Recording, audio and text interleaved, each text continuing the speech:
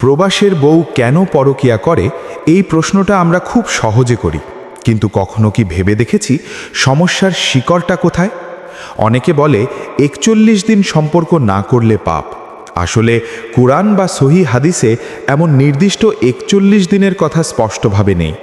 ইসলামে স্বামী স্ত্রীর পারস্পরিক অধিকার আছে, ভালোবাসা আছে, দায়িত্ব আছে।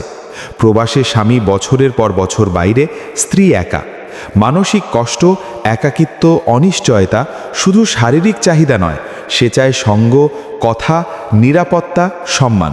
কিন্তু মনে রাখতে হবে, পরকীয়া ইসলামেও হারাম, সমাজেও ক্ষতিকর। এটা সমস্যার সমাধান নয়, বরং নতুন সমস্যা তৈরি করে।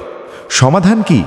বিশ্বাস, নিয়মিত যোগাযোগ, ভিডিও কল, খোঁজ খবর, মানসিক সাপোর্ট আর সম্ভব হলে দ্রুত একসাথে থাকার ব্যবস্থা।